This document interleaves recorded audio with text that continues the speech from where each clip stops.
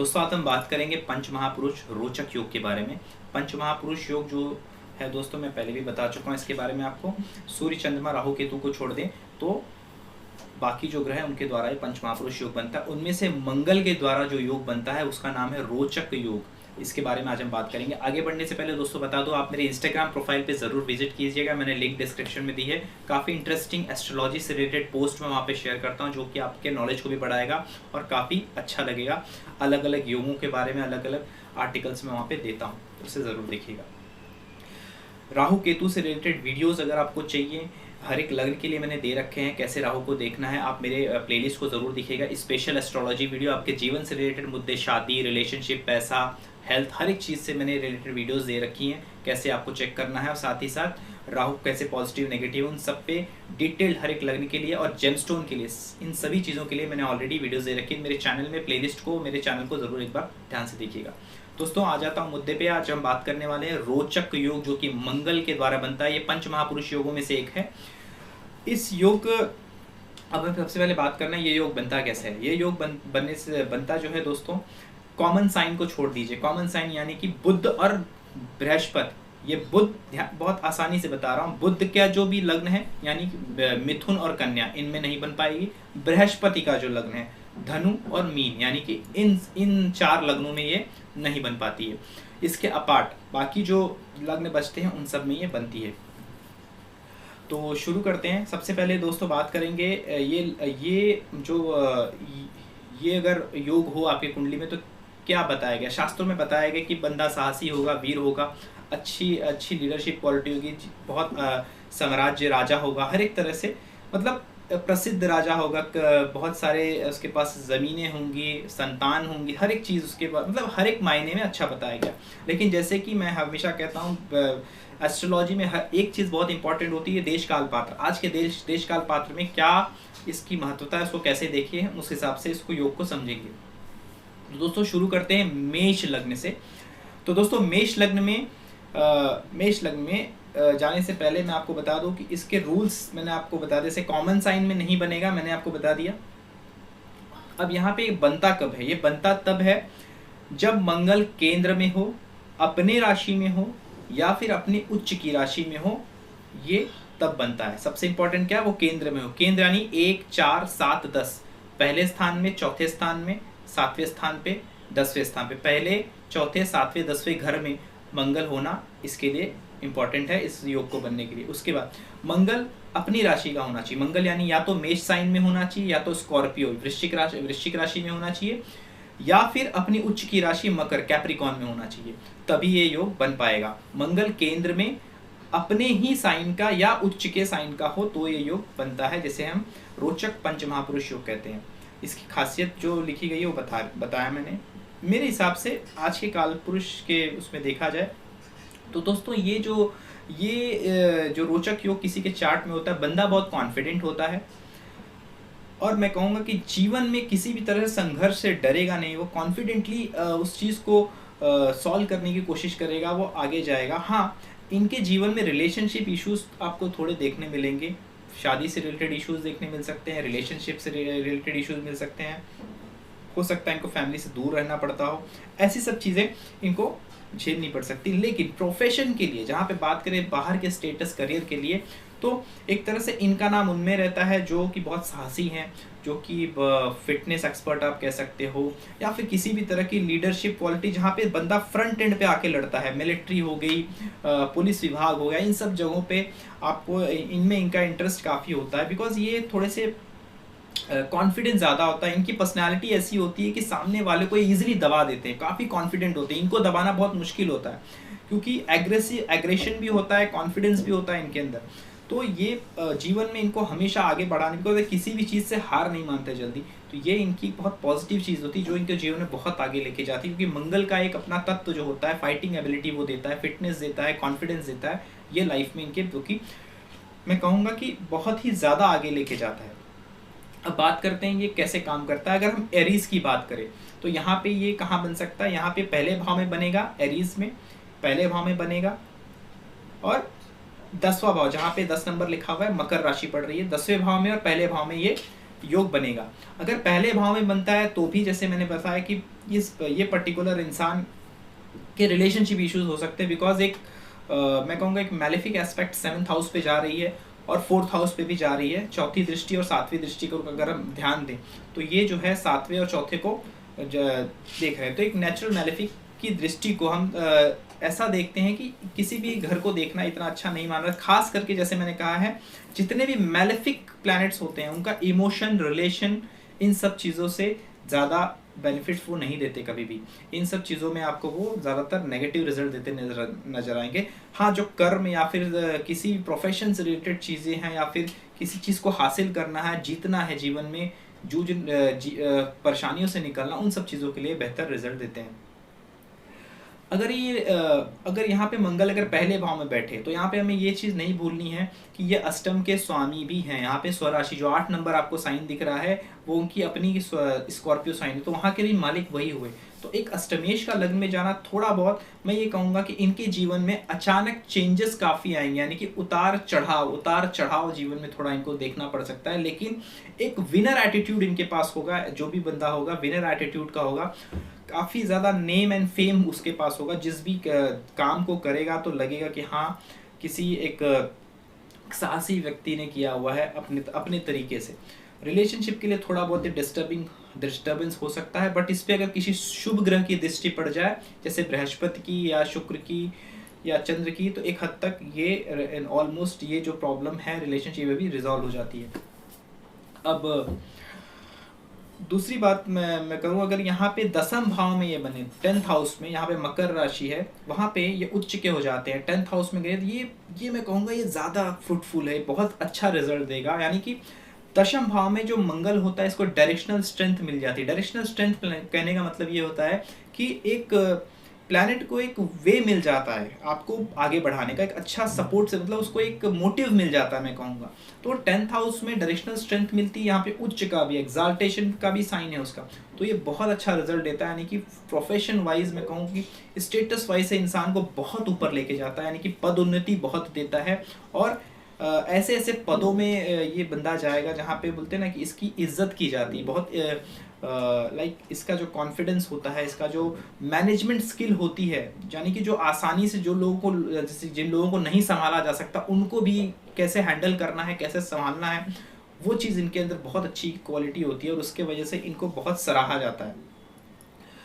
यहाँ पे थोड़ा सा एक चीज़ यहाँ पे मैं ऐड करूँगा थोड़ा सा, कि यहाँ पे जो मंगल है 10th हाउस में, यहाँ पे जैसे कि मैंने कहा सेनापति है, तो सन इस कुंडली में अगर मेष लग्न में सन कमजोर हो, थोड़ा बहुत इस योग का बल घट जाता है, क्योंकि राजा है और सेनापति मंगल को कहा जाता है। तो अगर राजा कमजोर हो जाता है तो सेनापति के ऊपर भी उसका कुछ न कुछ प्रभाव जरूर पड़ता है। तो एक हद तक सूर्य जितना मजबूत होगा ये उतना अच्छा रिजल्ट देता है एक तरह से मेरे हिसाब से। दूसरी चीज़, ये एक सेनापति के रूप में होते हैं, यानी कि किसी को, जैसे कि किसी का काम कराना है और एक मंगल मालक जैसे रोचक योग का बंदा है, जैसे उसके कुंडली में रोचक, अगर उसके पास आप जाओगे तो बहुत हद तक है कि आपका वो काम किसी तरीके से, जैसे कि पॉलिटिशियंस के पास ऐसे बहुत लोग होते हैं मैं कहूँगा।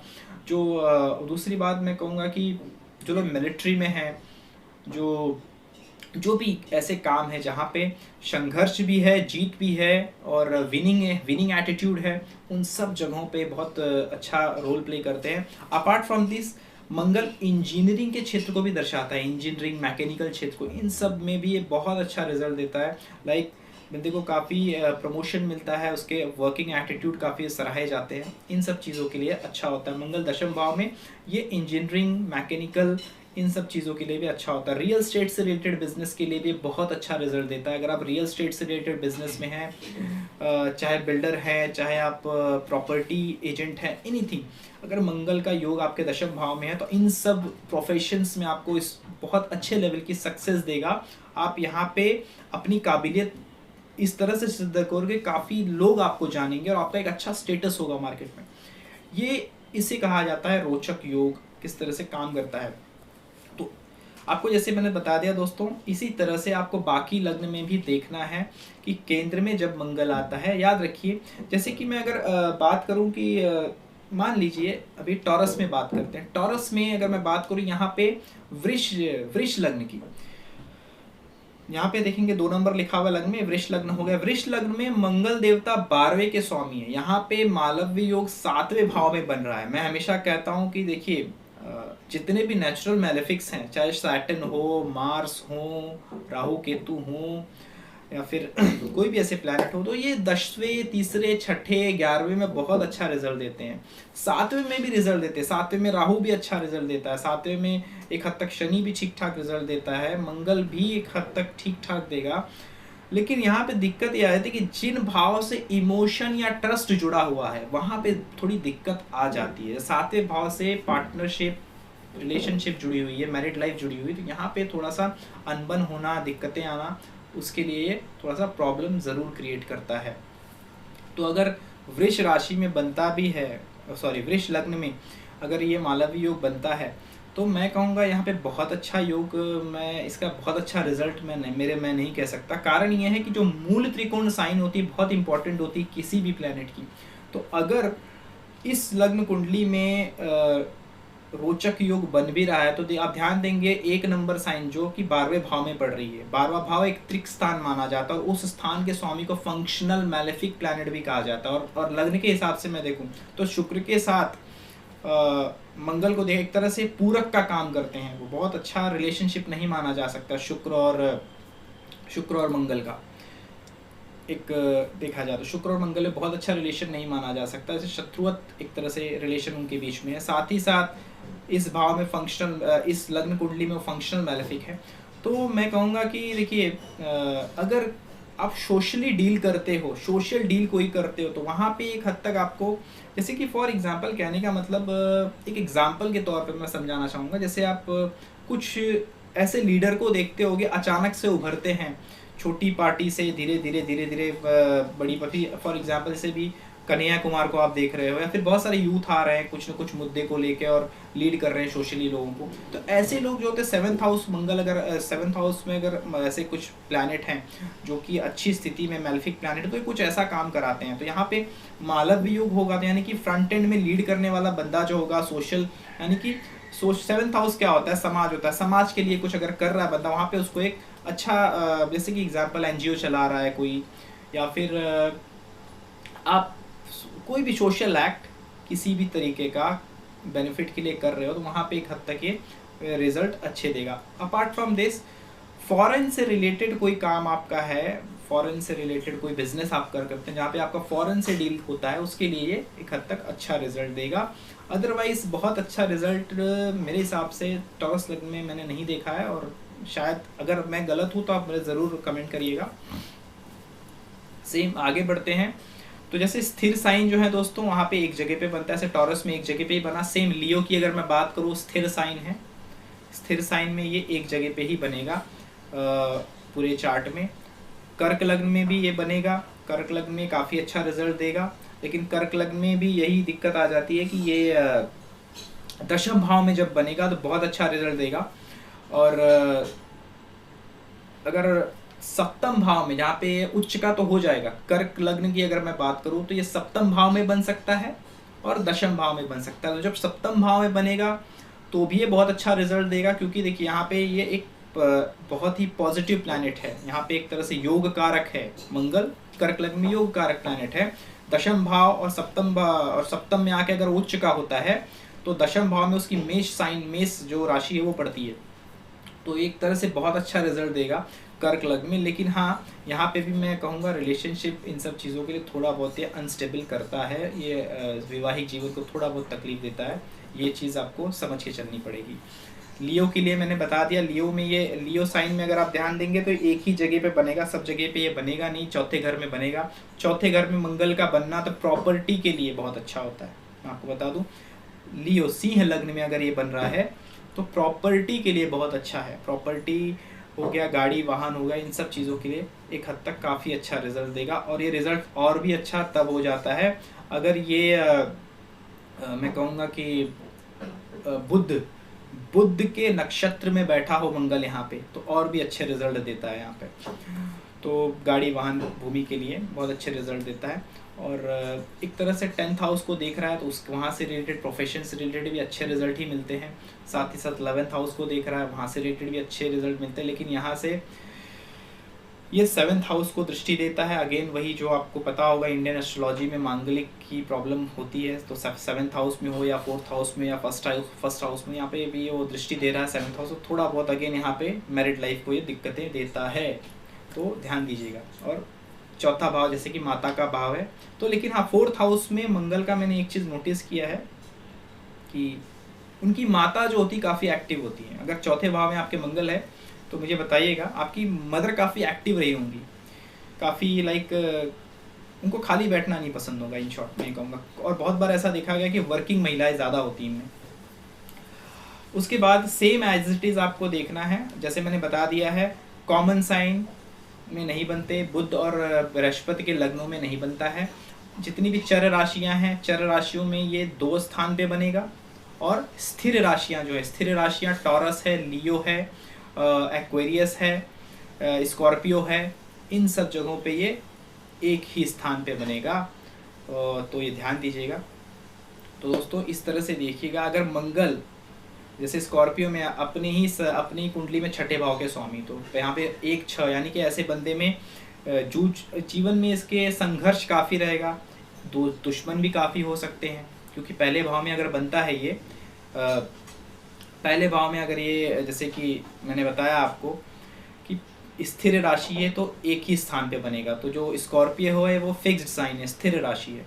तो स्थिर राशि होने के वजह जब इस लग्न कुंडली में, यानी कि स्कॉर्पियो के लग्न कुंडली में सिर्फ पहले भाव में बन सकता है। अगेन वो सप्तम को दृष्टि देगा, थोड़ा बहुत दिक्कतें परेशानियां वहाँ पे आ जाएंगी थोड़ी बहुत, क्योंकि छठे का मालिक है, यहाँ पे दिक्कतें ज़्यादा होती हैं। आपको बता दूँ, जब कोई भी षष्टेश, क्योंकि छठा भाव 7वें से 12वां भाव होता है, तो उसके हिसाब से देखें। और इस केस में मंगल अगर आपका सप्तम में बैठ जाए आके, तो ये बहुत ज़्यादा हानि दे देता है विवाह को। हालांकि रोचक योग बनने के लिए इनका पहले भाव में बैठना ज़रूरी है, केंद्र स्थान में। तो यहाँ पे अगर वो बैठते हैं, रोचक योग बनाते हैं, जैसे कि एरीज के लिए मैंने कहा, यही चीज़ यहाँ पे भी होगी। लेकिन यहाँ पे बंदा फिजिकली ज़्यादा नहीं, लेकिन दिमाग से कहा ज़्यादा स्ट्रांग होगा मेरा कहने, क्योंकि स्कॉर्पियो वाले जो होते हैं ये एक डीप साइन है, गहराई को दर्शाता है। यानी कि ये लोग बहुत, मैं कहूँगा कि यहाँ पे मंगल होने के बावजूद यहाँ का जो मंगल है बहुत अलग रिएक्ट करेगा। यहाँ का मंगल जो है सोच समझ के अपना जो साहस है और कॉन्फिडेंस है उसके बीच में समझ का प्रयोग भी करेगा। लेकिन मंगल एरीज साइन में जब हो गया, एरीज लग्न, वहाँ पे कहाँ का मंगल अपने कॉन्फिडेंस के आगे बाकी चीज़ों को नहीं देखेगा। तो ये जो चीज़ होती है थोड़ा सा डिफरेंस कर जाती है, छोटी मोटी। तो इस तरह से इसे देखिएगा दोस्तों। बाकी रूल मैंने बता दिया है, केंद्र स्थान में मंगल का होना, अपने राशि में या अपनी उच्च की राशि कैप्रिकॉर्न में अगर वो होता है तो ही ये योग बनता है, केंद्र में ही बनता है और कहीं पे नहीं बनता है। तो दोस्तों ये था मेरा रोचक योग, मंगल का कैसे बनता है पंच महापुरुष योग। चैनल को जरूर सब्सक्राइब कीजिएगा, वीडियो को लाइक कीजिएगा। Thank you so much.